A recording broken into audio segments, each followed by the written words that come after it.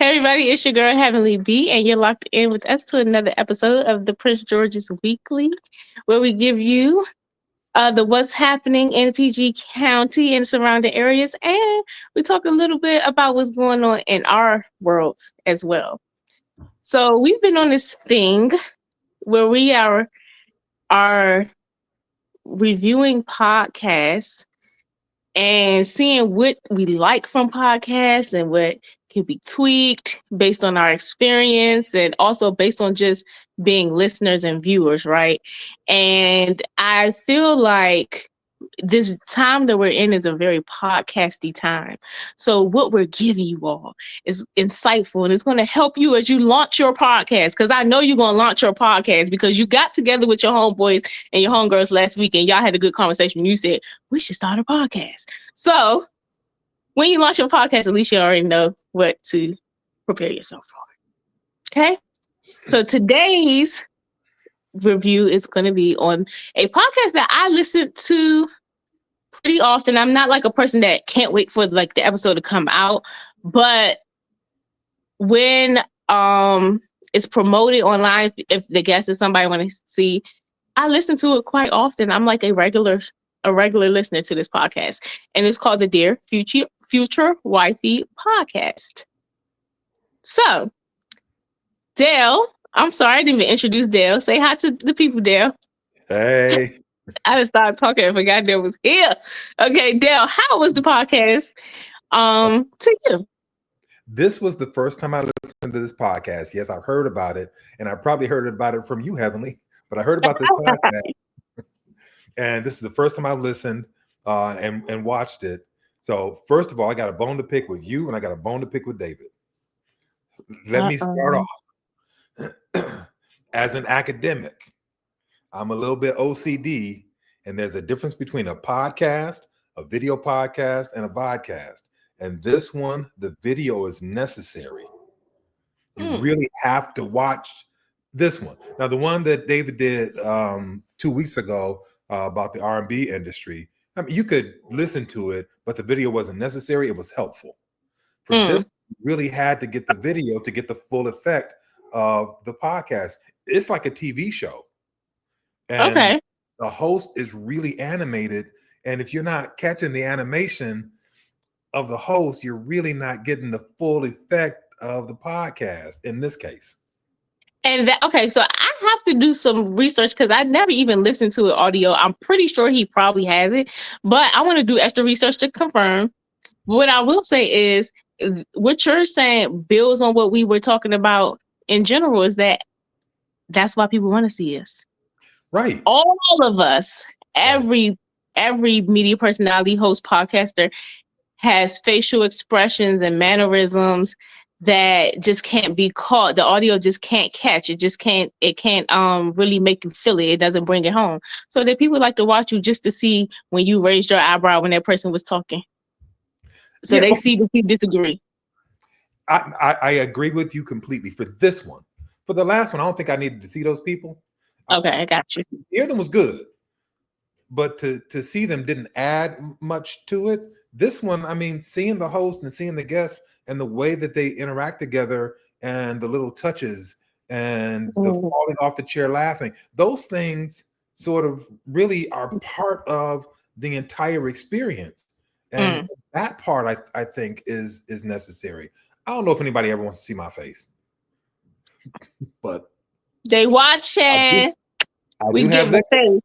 face. I do have liquor. Good stuff. Whatever. So okay, I'll take that. I'll take that point of view, though. I never even considered that point of view. But like you said, it's from your background. You're like, Right. listen. And I be correcting people too, believe it or not. I be like, it's a podcast, not that's video, that's Right. YouTube. Do you have audio? It's not a podcast then. Don't. But okay, so we got through that part. Now let's get to the actual production. Since you do like the Let's get video into setup, how do you feel about the production of the vodcast? it. Let's get into it. Let me bring the Our power list. into it. Yeah.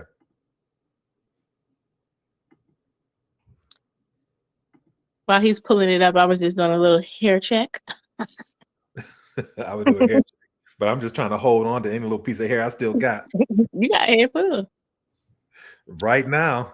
But right now, I'm pulling it out with all the shit I got going on. Oh no, Life be lifing. life be life. So the areas that we review, I don't know what y'all reviewed last week when y'all kicked me off the show. The subject, host, pros and cons, unfair advantage of the host and the show, editing, production, construction, length, and compelling. I think we probably hit all of them. Mm-hmm. I'm sure y'all did. I mean, y'all good. Thank you. Subject. I So we're going to think start there. it's a fascinating subject. However, Okay, let's get it. With the statistics on fewer and fewer people getting married these days, do you really need a future wifey podcast speaking specifically to men? I don't know if it's specifically to men, but the viewership and the numbers suggest that there is a need for the podcast because people are tuned in. Okay, he's doing numbers. He's able to build other businesses outside of this as a result of the viewership and the money he's earning doing this. What I will say is, I heard a statistic and seen a statistic recently that said that while less people are getting married, the people are getting married are staying married longer. So it's quality over quantity these days. That's what it's given. Quality over quantity. Okay. Yes. And you know, I think that it's an amazing subject matter because even when I was a single, I started listening to this.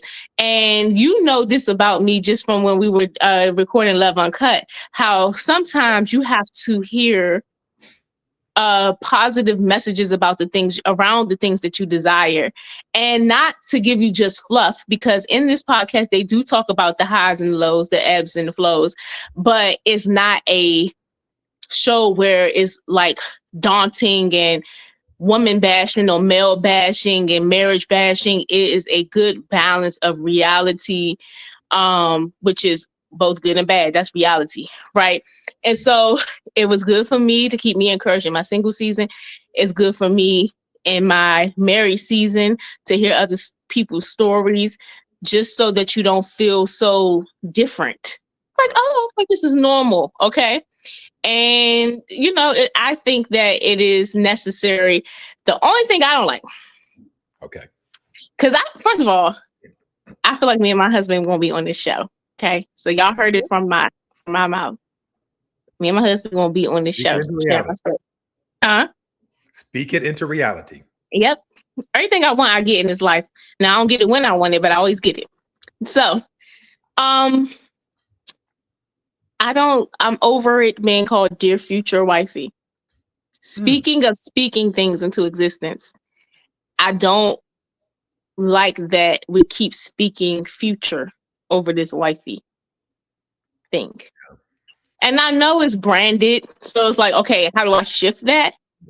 But if we keep on speaking the future, we're going to be on season 12 and still speaking future. So now I kind of just want him to like Dear Wifey podcast. But see, I think that's a marketing ploy too, because I think that he's doing this podcast for his sons. He's telling his sons, these are the kinds of things you need to be looking for when you decide to get a wife. Clearly, marriage is important to him. Yeah. He's raising these two teenagers, so he wants them at some point to get married. I'm with him on that. I want my sons to get married with their old asses, but they refuse. So I have to send them this show. Okay. So I don't know. I guess you have to keep it now that you branded it. It's a brand, but I don't know. I just think that when I'm listening to and I hear Laterris talk, the host is named Laterris Whitfield, y'all. Laterris R. Whitfield. Okay, so when I'm hearing Laterris talk, he seems to deeply desire to be married again, and that he's learned through his past relationship, his parents' marriage, because he's a divorcee, like what to do differently this time. It just seems to me like hey, let's start speaking things and doing things a little differently because we on season 9 now. We on season, and you can't put a timeline, but he a man. You know how I feel. I got an unfair. I know it might be a little unfair, but I be feeling like men, y'all are the chasers. It ain't no way you gonna tell me you ain't met a woman that is good for you that you can pursue. Okay, but so I think I that he's can really believe that when I trying see him. to, he is trying to appeal to young people. I don't think he does it. I think he's appealing to people in their 30s Yeah, who are and that's either not wrong with that. married or are searching for it right now, or in a church trying to find a wife, or in the church trying to find a husband. I'm still stuck on 30s and not young being in this. Like, what? My kids in their 30s. But Young-ish, but okay, all not right, I'll take that. teenagers. Not teenagers. So, yeah, okay, but I think it's okay because I think that we are the generation, honestly, the 30s, who would support not just by listening, but support your endeavors, your businesses, your trips, and everything else with our money. So it's okay to appeal to us. And this is around the age where people are marrying now. You do notice that people are marrying later too, right? Like people aren't marrying in their 20s like they used to. So I was married at 23, yes, and I yeah, was and I was not thinking, hot for doing so. and my parents were married in their 20s too. So it was a time for that. But then this generation, I just noticed that a lot of everybody's getting married in their 30s. So Mhm. this is like that prime time. So it's okay to appeal to us. Then I sit corrected. He's appealing to the audience that he's trying to reach. The 30-year-old, the young 30-year-olds. Period. Because we're so young.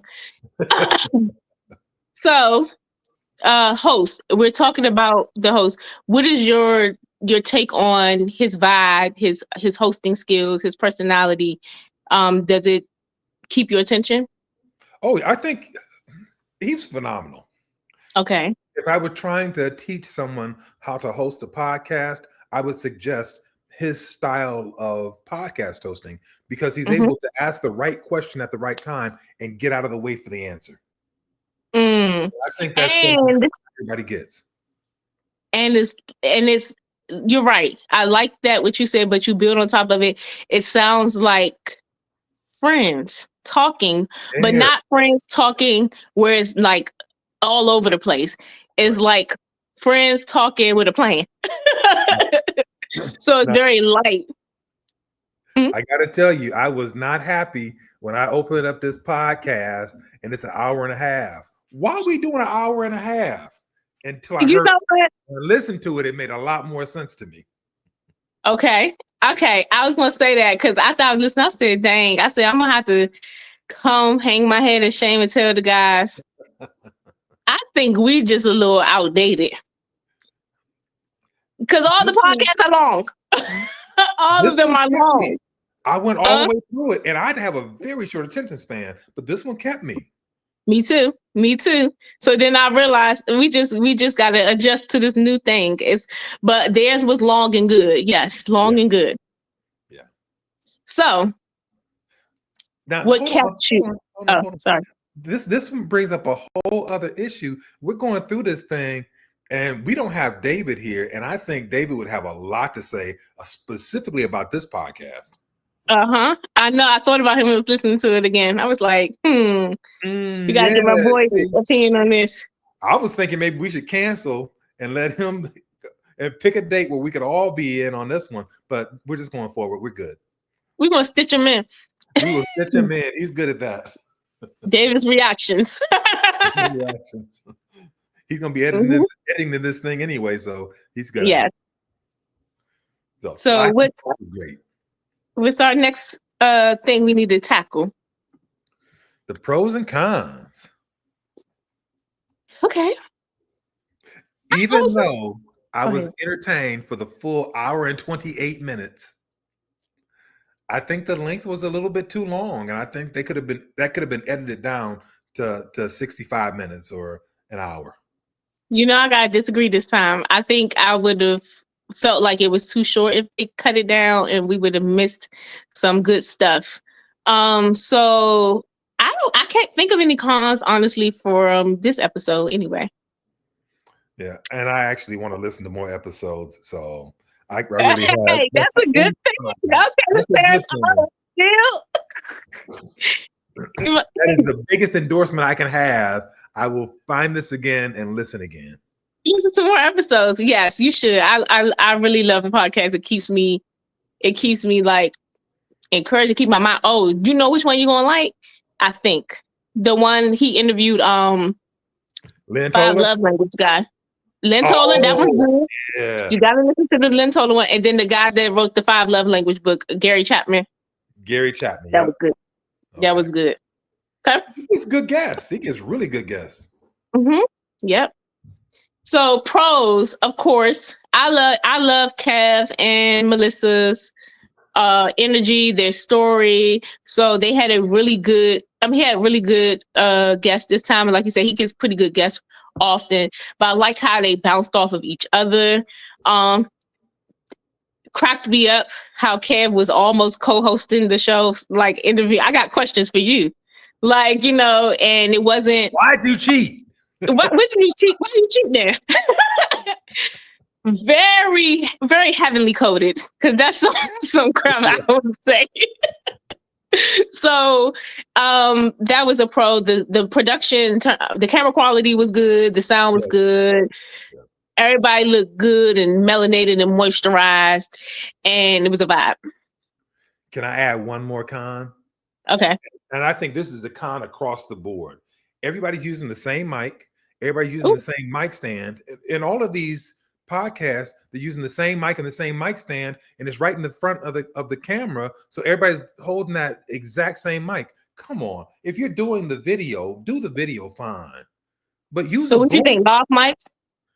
Use lavaliers. Use something that's not so obstructive. I'm saying that's a con for this one, but for many of the podcasts that I've seen. Gotcha. That's my last con, but it was good. I really enjoyed it. I think the unfair advantage was the host. I think it's an unfair advantage to have that host having been through a divorce and then gone through counseling to figure out what they did wrong. And present that openly to everybody and say, hey, you know what? I fucked up. It was all me. You didn't do nothing wrong. It was all me. I messed up. And this is so what the transparency. Yep. Not trying to use it as a way to gaslight his ex-wife into getting back with him. Not trying to make her feel like the bad person, but also not trying to use it to bribe other women either. Just being transparent so that expectation of perfection is taken off of him, and so that you have that relatability. Right. And he's also an excellent interviewer. He's like his full self while he's doing the interview, and he asks the right question at the right time, and he frames it properly, and he really gets at the important stuff and asks the hard question. Yeah. My boy, I gotta note something, because y'all know how I am, and it's just at the tip of my tongue to say it, but I've been trying to just, keep it. Latirius is an Aries too, so we just do that. I got it out. The same. You see it pretty much the same. You said what?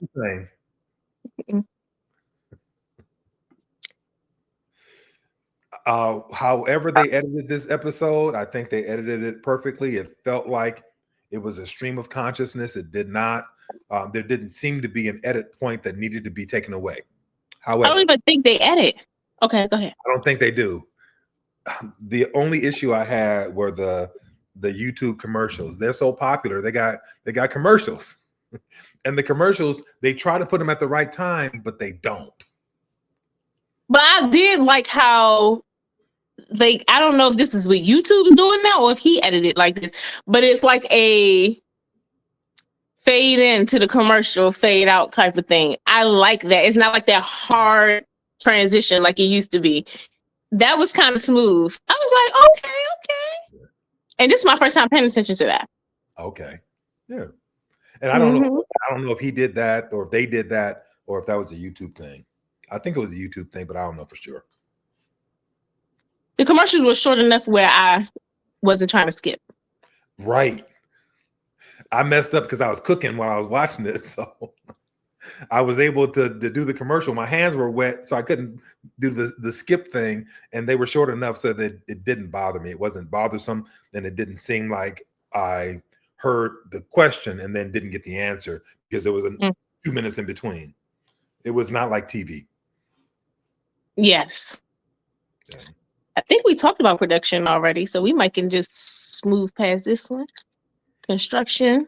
The way that the whole thing was laid out and constructed, I really like that they didn't spend a whole lot of time in the very beginning reestablishing their friendship. Mm-hmm. It was like right to the point. Let's talk about marriage and how y'all stay married. Yeah, and what I noticed too was they didn't. First of all, they chose a great teaser clip in the beginning, right? Mm-hmm. That was good. But then also, they didn't even get into deeply how Melissa and Kevin met and got together. It was, I guess it was like an assumption, like people already know y'all from social media at this point. Let's just get straight to the meat. How y'all stayed married this long and at y'all youthful ages of late 30s, that y'all have been married for 20 years. Like, how did y'all do this? You know? Right. And so, I loved how the conversation flowed and it was natural. And even if I'm honest, we talk about the guests. I like how they interacted with each other, and you can tell that those things that they were discussing, especially when it got to the hard things, were things that they had actually passed through and learned from, because now they were talking about it with humor and they could laugh about it, and it was natural, but it was still real and still very validating of the time when they were going through it. You know, it was good. And I also liked, if we're talking about the guests, I also really liked that you had the comparison between him as the extrovert and her as the introvert. Uh-huh. So she held her own, but Mm-hmm. he almost tried to co-host the thing because like that for the camera. And I think you need that balance in a marriage anyway. Yeah. You Okay. need it. So who's the extrovert in yours? Me probably. Of course, I'm probably more extroverted.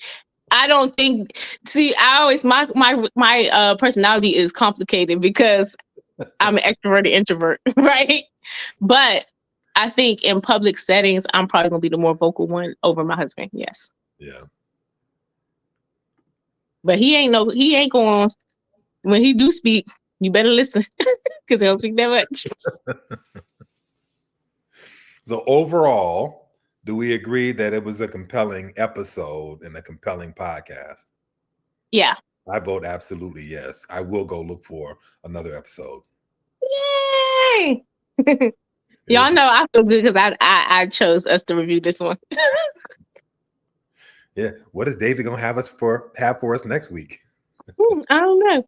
Look, I feel good because when I chose, because listen, I lost in the food thing, having to try foods. It still haunts me to this day when Dale said, "Can't believe you said this was sushi." So I won something. It still haunts me that you thought that was sushi. Oh my God. So Oh, can I talk about some food? I've go been telling ahead. everybody I know about this one. I'm so sorry. Yesterday, I had to get my truck fixed, so I was waiting for somebody to do my truck. Walked across the street from the campus to get some food. Went to the Subway just to get a sandwich. And then I thought, there's a small business right next door. Let me go to that place and try them out. I always want to give people a chance. So I wanted to order a gyro. I know some people call it a gyro. Some people I call it a know. gyro, whatever. I called it a gyro. I'm from Detroit. I've been eating gyros for 50 years. Period. Right. So I go in and I say, well, can I get one of them gyros? Now, this is one of those Peruvian chicken places, but they also have gyros. Can I get one? And she says, you want a gyro? I fought it and said, okay, yes, give me that, but no onion because I'm sensitive to onion. So no onion on the gyro. In 50 years, this is the first time I have ever gotten green bell pepper on a gyro. Was it good? No, I'm allergic to it. I thought you said onion, so you're allergic to the peppers too. I'm sensitive to onions. I'm allergic to peppers, Uh-oh. green bell peppers. So I'm trying to pick this stuff off. And with my color blindness, I think I get some of them, but I don't get all of them. So my throat starts itching on the way back to work. Oh my gosh. Hot mad about this whole thing. I do not know the name of the business. I probably wouldn't share it, but I really felt that I should go in the back and show him how to make a gyro. Oh, so you done went from wanting to try and give them a chance to now you're going to teach them a little something. Right. And I am not a cook. I never had one. You've never had a gyro? My mom didn't have because I don't know, it never enticed me. It never made me say, try this. Oh, so if you decide you're going to do this, make sure you go to either a Middle Eastern neighborhood, a Greek neighborhood, or an Italian neighborhood to get it. So first of all, you get the right meat on the thing. It's supposed to be lamb and beef. And of course, you get the right tzatziki sauce.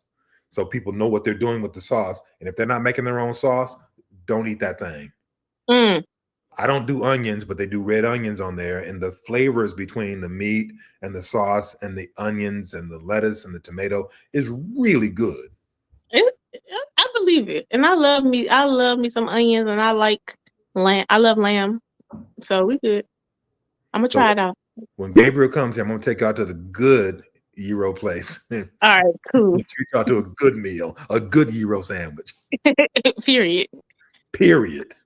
So, do we want to talk a little bit about what we enjoyed about the conversation or what big takeaway we Absolutely. Okay. Absolutely. Start. You can start. Okay. I was married for 15 years and my marriage did not last past the 15 years. And I try to be completely honest and open about this. So while I was married for 15 years, I was separated for 7. And so I was separated for most of my 15-year marriage. Half of it. Yeah. Not most. If I'm honest, I think had I had a show like this to listen to in the beginning, I would have found better ways to work through some of the conflicts that we had in our marriage and in our divorce. Okay. See, look at that. Insightful. Insightful. But it's true. You got because sometimes you don't have the people in your direct circle that you can go to or that you can look to for the things that you need in your life at that season. So you might have to get outside sources or a book or a podcast to hear and see those kind of things. And I know for me, that's why I say I like it, because I like to hear about people's relationships, their marriages, how they've made it through the ups and the downs that they've been through, how they worked through it, how they got to the other side, how they met. Even I'm intrigued about how people meet, like all these different ways that people meet, like, because I'm a lover girl, I love love, and it's just helpful. So I think that I can agree with you, but on a different side, I agree that it is helpful for me currently in the marriage. That's good. So I think one of my favorite parts or big takeaways was how they talked about the balancing of the two personalities. And I was trying to figure out where I fall, because that's the good thing about the podcast is it makes you introspective and it makes you look at yourself, hopefully. Yeah. And so they were talking about how Kev is the dreamer. Melissa is the one that's more like, listen, we got to make sure we have a safety net, have a contingency plan. And I was like, where do I fall? Because everybody knows I'm a dreamer, but I am a calculated risk taker. Yeah. Like, I'm going to take the risk, but as long as I know that if I take this risk and it don't work out, I'm not hitting rock bottom. Right. So I don't know how that plays out in my marriage or in a relationship. But what I will say is that I like how they described it and how he came to understand the value in the way that she does things. Because a lot of times we do kick and scream when we don't feel like our partner sees the world through the same lens as us. Instead of seeing it as something that complements each other, we see it as something that's against you. And so that was a good perspective and a good reality check to say, listen, you and your partner are a team, and to look at your differences as assets and not as things that are meant to destroy you. Right. And now that you Mhm. mentioned that, there was one part in the interview that, I mean, I really got choked up. So when he was talking about, um, they were talking about the time when they almost got divorced. Mhm. They were fighting, and he wouldn't let her leave. Mhm. That part got me. Mhm. He wasn't like holding her there, so it wasn't violent. But Yeah, make the disclaimer. but Right. he was like, I can't let you just leave here because I don't know if you ever coming back. And Yeah. that part really got me right in my heart. Mhm. And that's love right there. That's love. And him remembering wisdom from other people whose marriage didn't work. And I'm saying that for a reason, because y'all out here in the world swear you can't get advice from people who weren't successful at something. I put that in quotes because let's be real. You can eat the meat and throw away the bones. These people have learned something from their experiences. And for you to say that their information and what they have to give you is invaluable just because they didn't stay in their marriage is stupid. Right. I can't find a better word to use. So her parents' testimony and they got divorced actually helped him stay married. Right. Hmm. Now check that. So we need to put a link in our show so other people can actually watch this video or watch this podcast for Hmm. themselves and then understand what we're talking about in the podcast. Yeah.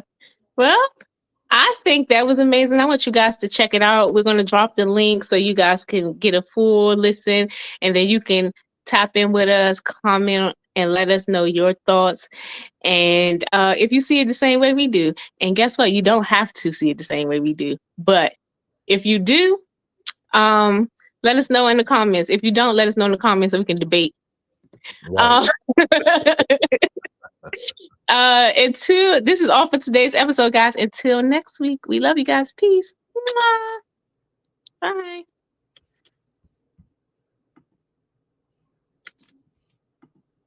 Okay.